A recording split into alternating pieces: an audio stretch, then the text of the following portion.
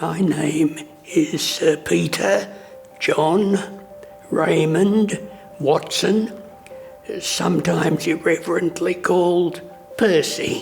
When I think about Percy, I think immediately of his love of learning. He was infectious in his capacity to convey the joys of the learning journey.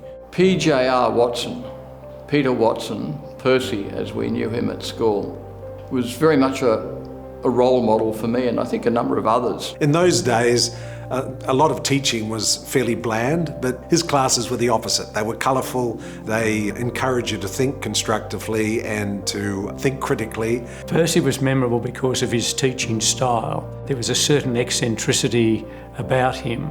His dry sense of humour was really quite renowned. He really had the interests of his students at heart. I wasn't a muscled sporting hero.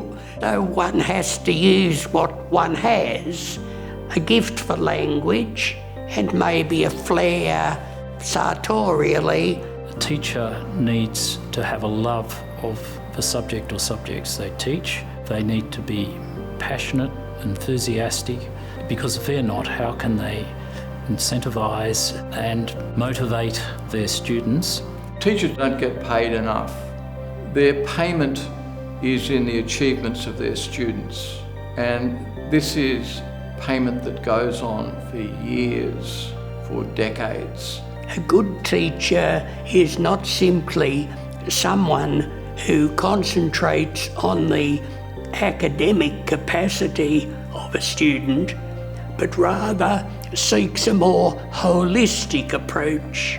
It's very hard to define how a teacher actually operates in terms of passing on particular things that they believe in, their philosophies and so on. And very often it's not just in the classroom that happens, it's something that exists outside of the class. He is an adornment to teaching and is the sort of teacher who should be remembered. A scholarship can help a boy, but a scholarship for a teacher helps a generation. When I heard that a group of old boys had conceived the notion of this particular prize, I was very, very pleased. When it was put to me that my name, whether Peter or Percy, was to be associated with it, I was humbled.